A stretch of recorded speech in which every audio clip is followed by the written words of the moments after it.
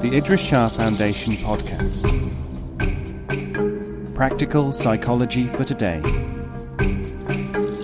Featuring the works of Idries Shah, voiced by David Alt.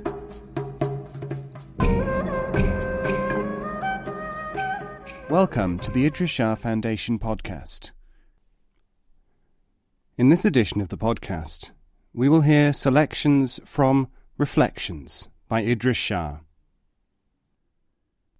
This audio has been made available by the Idries Shah Foundation. Delights of a Visit to Hell. A man once thought, "How I wish I could be master of the option to be dead or alive, so that I might know what it is like to be dead." This idea so dominated his mind that he sought out a dervish and enrolled himself as his pupil. When, after many months, he judged the moment suitable, he said to his teacher, "Reverend sir, I have for years desired one thing, to be able to be alive or dead as I wished. This is because I find it difficult to visualize what it would be like to be in that condition. Would you make it possible for me to achieve it?" The dervish said, "It would not help you at all."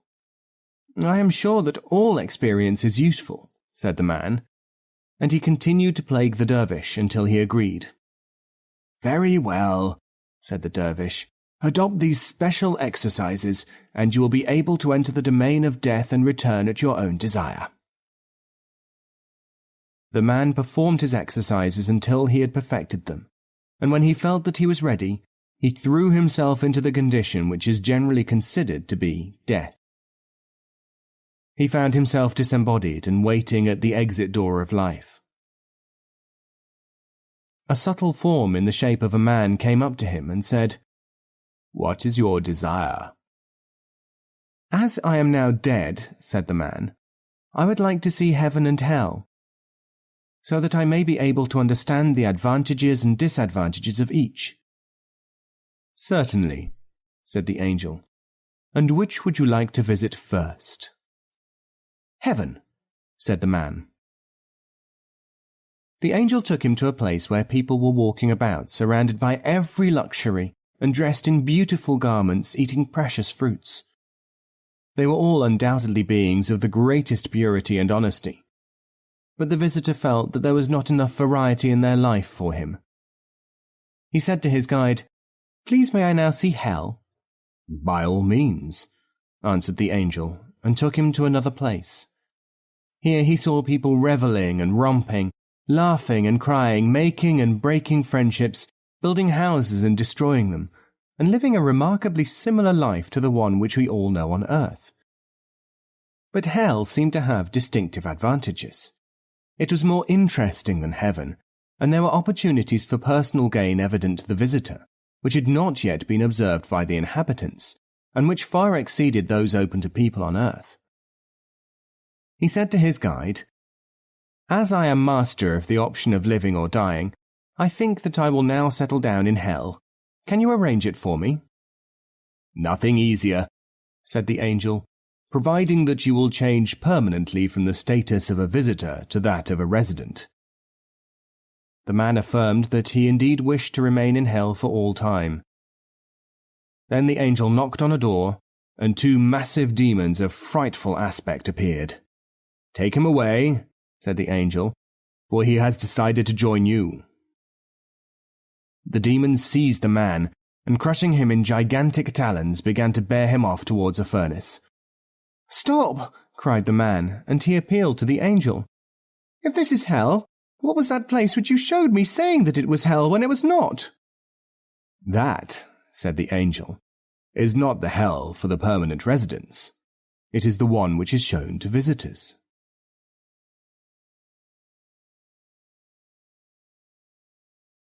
Monks and Modesty. A monk, much respected in his community, said to me during a conversation in which he had become animated, "I am the most modest man in the entire world." He continued, "I defy anyone to find in a lifetime more than 5 or 6 others as humble as me." What is, to me, awesome about this is not the man's own blindness to what by his own lights was a defect. It is rather the insensitivity of all those people who, when told this story to date, have sought to account for his behaviour by calling him, almost unanimously, an exception. People can live a lifetime without noticing that precisely this tendency may be, in one form or another, manifested and noted in our presence every day.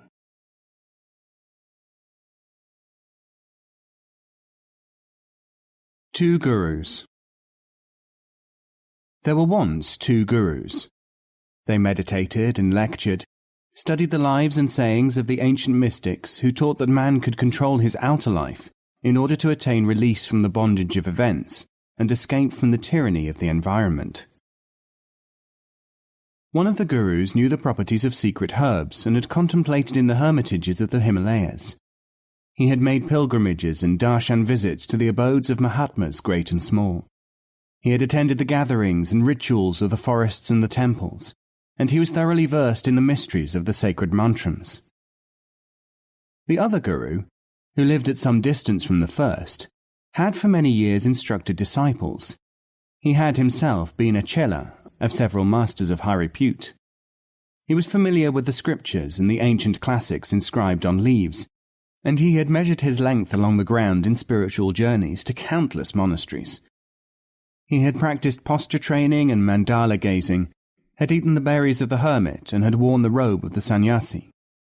He was regarded as a perfect master by his followers, and by many who knew him, and many who did not.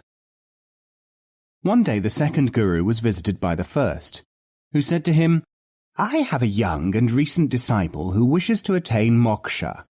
I have sat with him and chanted over him, and I have also breathed on him and recited holy words, but he still seems very restless. I have exposed him to silence and to vocational exercises. We have meditated together and rung bells. The beads are never still in our fingers, and we have kissed holy relics. What would you advise me to do with him now?" The second guru asked, "Have you had him on a bed of nails?" "No," said the first guru. "Very well then, try that." A few days later the first guru returned and said, "It is with reluctance that I trouble you again, but I am in need of advice from my troublesome disciple." "Is he still restless, even after lying on a spiked bed?" "I regret to say that he is." "Very well then," said the second guru. "I now advise a course of concentration upon secret inner sounds, hot and cold baths, and an application of holy oils and certain ancient breathing exercises." The first guru went away, only to appear after a few more days, to report that all was not well with his chela. "He seems to lack resolution, and the course of holy efforts is not visibly taking effect." "We must resort to even more advanced methods," said the second guru, "and this is what you shall do now." He described a regime of special gyrations and calisthenics, the application of charms, a period of silence, special robes, and several other secret and initiatory techniques and procedures. 3 days later the second guru was sitting with his customary serenity at the entrance to his ashram, when the first guru again arrived. "I suppose that you have come for further guidance for your disciple?" asked the second guru benignly. "No," said the first guru. "That is not now necessary, since the man is dead." "Dead? When did he die, and how?" "He died suddenly in front of me this morning. He just went limp and collapsed. When I raised his head, I saw that all life had departed from him." "But did he say nothing before he died?" "Hardly anything. Just before he fell to the ground, he had started a sentence with the words, 'When am I going to get some food?'"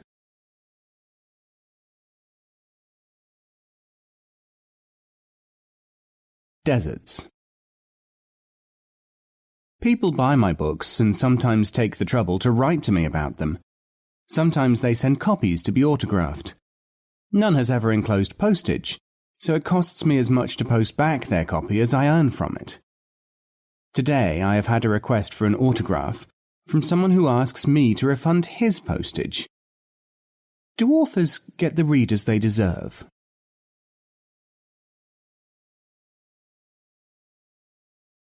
Overweight. This man is too heavy, said the doctor who had been called in to see a patient in the land of fools, and his ailment will undoubtedly become worse unless something is done about it. He went home, leaving his knowledge and expecting some action to be taken. When he returned to see the patient, he was met by sorrowing relatives. "Doctor," they said, "the man was sicker than we knew. Even after his weight had been reduced, he died." Perhaps he did not get his weight down fast enough. Oh, it couldn't have been that. We decided that the best way to take off weight was to cut his head off. We had that done in 5 minutes.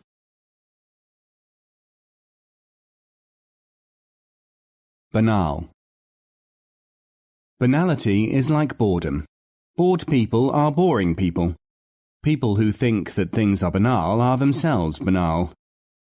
Interesting people can find something interesting in all things.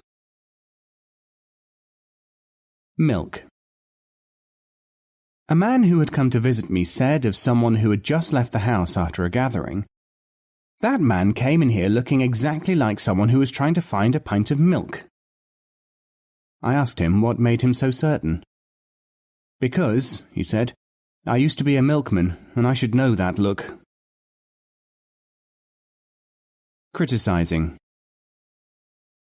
Who is the wrong person to criticize? You. Crudity. Two people can illustrate crudity to you. The first is the crude man, whom you see perceiving the diamond as a stone. The other is the refined man, who makes clear to you the crudity of the first one. Secrets. A real secret is something which only one person knows. Games. Denial and affirmation are games which people play. There are people who deny that they are capable of denying, and who would insist that people do not insist. Understanding. People are always trying to understand. There is only one way to do that. It is to discover why you want to understand. Thinking point. What makes you like me?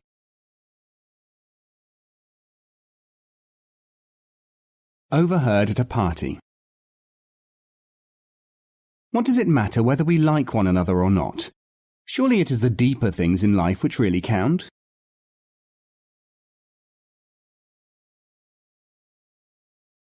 The talisman. Once upon a time, a man picked up a talisman. On one side was undecipherable writing, on the other the inscription, "Talisman for transforming stones and gold." He took the talisman to a place which was covered with stones and said, in the approved formula for such operations, "Talisman, do your work." In the twinkling of an eye, the talisman had turned into a stone. Hope. It is not, "Have I got a chance?" It is more often, "Have I seen my chance?" Enemies. Enemies are former or potential friends who have been denied, or think that they have been denied, something. Teaching. Teach honesty by all means. You do know what it is, don't you? Perfection. Because there is a word for perfection, people will always imagine that they know it. Hatred. If you want to strengthen an enemy and make him exult, hate him. The reason. A man from the land of fools wanted to pull down the clouds. Why? Someone asked him. To squeeze out the rain. Aphorisms. Few things are more absurd than wise saws originally designed to inculcate or maintain the social needs of a society long past, when they are applied to today. Stimulus.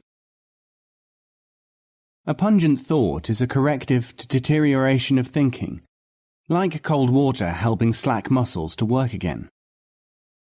If you dislike the thought more than the sting of a shower which stimulates, and you do not feel its regenerating power, prepare for your mental obesity to possess you completely. It won't be long now. Belief and knowledge. Knowledge is something which you can use. Belief is something which uses you.